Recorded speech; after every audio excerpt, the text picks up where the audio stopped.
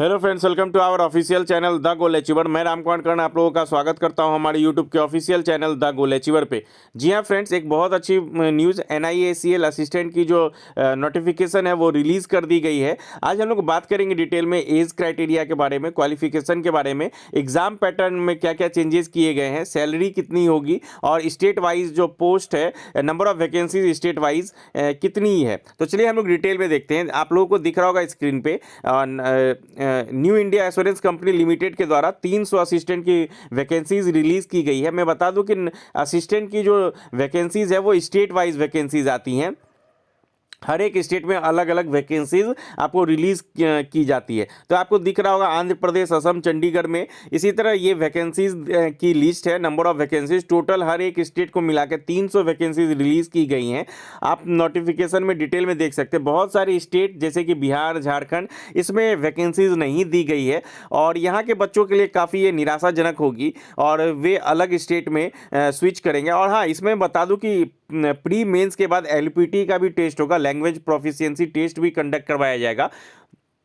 Online registration 1 फरवरी से 15 फरवरी तक आपको आप एप्लीकेशन फॉर्म फिल कर सकते हो। और इसके जो ऑनलाइन प्रीलिम्स के एग्ज़ाम है वो 2 मार्च को शेड्यूल्ड है, सैटरडे को आपको इसके प्रीलिम्स के एग्ज़ाम से, और मेंस का एग्ज़ाम का जो डेट है अभी अनाउंस नहीं किया गया, वो बाद में आपको अनाउंस किया जाएगा। और 1 फरवरी से 15 फरवरी तक आप इस फॉर्म को फिल कर सकते हैं। और वहीं अगर एज क्राइटेरिया की बात की जाए तो 21 साल अगर आपकी मिनिमम एज है तो आप इस फॉर्म को फिल कर सकते हैं और मैक्सिमम 30 ईयर्स तक आप इस फॉर्म को फिल कर सकते हैं। और इसके अलावा जो भी कैटेगरी वाइज आपको एज रिलैक्सेशन मिलता है वो भी आप इसमें लागू है। SC ST के लिए 5 साल, OBC के लिए 3 साल का यहाँ पे देखने को मिलेगा एज रिलैक्सेशन। और भी जो भी डिसेबल कोटा के हैं या एक्स सर्विसमैन है तो उनके भी जो एज रिलैक्सेशन है सेम है यहाँ पे। एजुकेशन क्वालिफिकेशन की अगर मैं बात करूँ, अगर आपका ग्रेजुएशन 1 जनवरी 2024 तक आपका जो रिजल्ट है ग्रेजुएशन का पब्लिश्ड हो चुका है तो आप इस फॉर्म को फिल कर सकते हैं। यानी कि पब्लिश डेट मैं बता दूं, मार्कशीट में पब्लिश डेट 1/1/2024 तक का होना चाहिए। उससे पहले का है तब तो आप डेफिनेटली फॉर्म फिल कर सकते हैं। अगर 1/1/2024 तक का जिसका भी है वो सारे के सारे बच्चे इसके लिए एलिजिबल हैं। कोई भी परसेंटेज का यहाँ पे कोई भी क्राइटेरिया नहीं रखा गया है कि 50% या 60% का, जैसे कि UIIC AO में देखने को मिला था। तो यहाँ पे वैसा नहीं है। जो भी सिंपल ग्रेजुएट है आप इस फॉर्म को फिल कर सकते हैं। अगर एग्जाम पैटर्न की बात करूं तो प्री का एग्जाम इंग्लिश, रीजनिंग और न्यूमेरिकल एबिलिटी 3 सेक्शन में होंगे, 20-20 मिनट के सेक्शनल। जैसे कि बैंकिंग आपको देखने को मिलता है, बैंकिंग एग्जाम्स में आपको 1 घंटे का एग्जाम होगा, हर एक सेक्शन के लिए 20-20 मिनट होंगे। और English 30 question 30 marks, reasoning 35 question 35 marks और न्यूमेरिकल एबिलिटी 35 क्वेश्चन 35 मार्क्स के आपको देखने को मिलेंगे। वहीं अगर मेंस की बात करूं तो English language, reasoning, numerical ability, computer knowledge और जनरल अवेयरनेस के सेक्शन हैं। हर एक सेक्शन में 40-40 क्वेश्चन 50-50 मार्क्स के, यानी कि 200 क्वेश्चन के लिए 250 मार्क्स आपको अलॉट किए जाएंगे। टोटल जो एग्जाम का ड्यूरेशन होगा वो 2 घंटे का होगा। आपको एग्जाम का ड्यूरेशन जो है 2 घंटे का दिया जाएगा, ठीक है।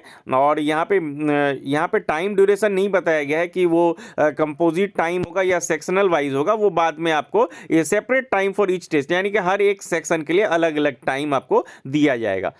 और अगर मैं बात करूं, बच्चे डिक्लेरेशन में काफ़ी गलतियां करती हैं तो मैं बता दूं यहाँ पे जो डिक्लेरेशन IBPS में लगता है वैसे ही आपको सेम टू सेम यहाँ देना है। आई जैसे नेम ऑफ द कैंडिडेट, जैसे I Ram Kumar hereby declare that all the information submitted by me in the application form is correct, true and valid. I will present the supporting documents as and when required.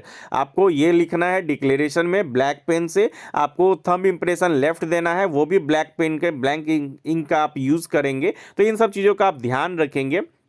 और ये एक बहुत अच्छी big opportunity बच्चों के लिए तो मैं नहीं कहूँगा, क्योंकि नंबर ऑफ वैकेंसीज बहुत कम है और बहुत सारे स्टेट में तो वैकेंसीज आई ही नहीं है। फिर भी जिनकी तैयारी है वो इस फॉर्म को ज़रूर भरें।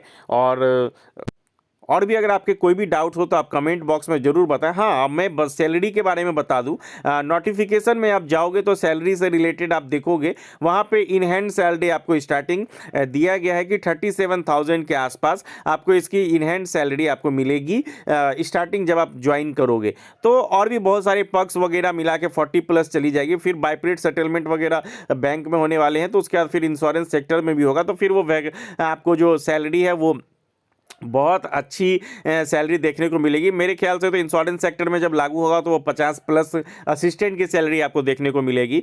तो एक बहुत अच्छी अपॉर्चुनिटी थी। अब हम लोगों का को LIC का वेट है, तो देखते हैं कब तक आता है। और अगर इस वैकेंसी से रिलेटेड आपको कोई भी डाउट हो तो आप कमेंट बॉक्स में ड्रॉप करें, मैं आपकी रिप्लाई जरूर दूंगा। Thank you for watching, keep watching our video.